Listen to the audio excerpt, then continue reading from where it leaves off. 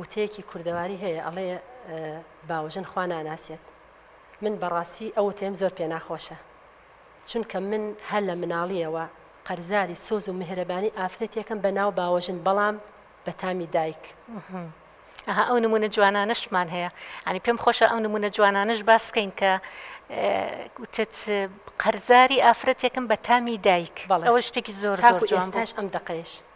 یعنی ئەو مرۆڤێکی ئاسایی نییە من ناوم فریشتە من طبعا هەل لە تەمەنی 1 ساڵیەوە دایکم وفاتی کردووە کە چاوم بەندینێ هەڵێناوە ئەم ئافرەتەم بینیوە بڕوا هەبێ مامۆستا هەستم بە بێدایکی نەکردووە تاکو ئەم دقەیە یعنی وای بەخێو کردوم نەمزانی و ئەمە داکی حەقیقی خۆم نییە نەکەر بۆ خۆم بۆ مناڵەکانیشم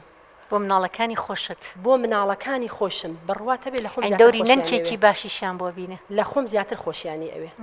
کە ئەڕۆم سەردانی ئەەکەم ئەگەشێتەوە بڕواتە بێ کە ئێمەوە لە دوام ئەگری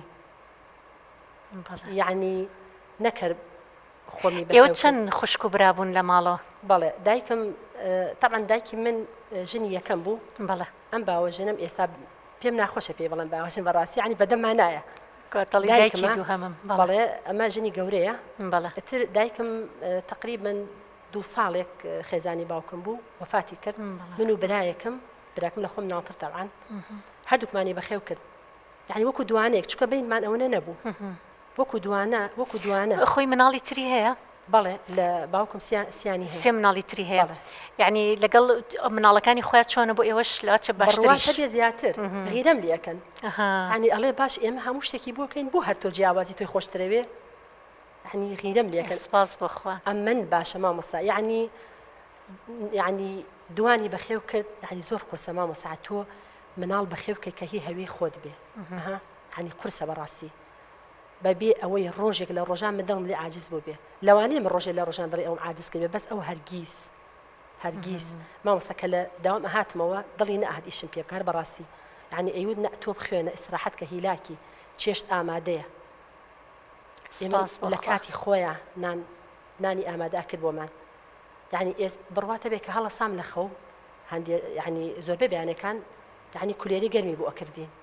یعنی ئەوە قورسە تۆ هەستی بۆ یعنی کولێرە بکەی بۆ کێ بڕواتە بێ مامۆستا ئەم من ئێمەی خۆش ئەویە یعنی نازام چۆن وەسف ناکرێ یعنی من کاتێ کە ئەڵێم کاتێک کە دایکم باش بێ وە ئەزانم هەموو دنیا باشە یعنی ئەوە نەبخۆشەوێ ئێستاش یعنی ئەمەنە یەکترمان خۆشە بێ چۆن بڵێ عاشقی یەکتری لەخوا بەزیادە هەر بەڕاستی عاشقی یەکتری زۆر خۆشەکە گوێ لەم نمونانە شەگرین یعنی ئەمالێت ئەڵێن سپاس بخوا کە کەسانی زۆر باش ماون کەسانێکی وا ماون کە بتوانن جێگەی سۆز و عەتف و هەموو شتێکی دایک بگرنەوە بۆ کەسی بەرامبەرەکانم هەموو جارێک دەستخۆشی لێکەن لە دایکم ئەڵێ یعنی ئەوەی تۆ کردوتە قەت بە ئێمە نەکراوە بە هیچ کەس ناکرێ یعنی هەر لە ئێرەوە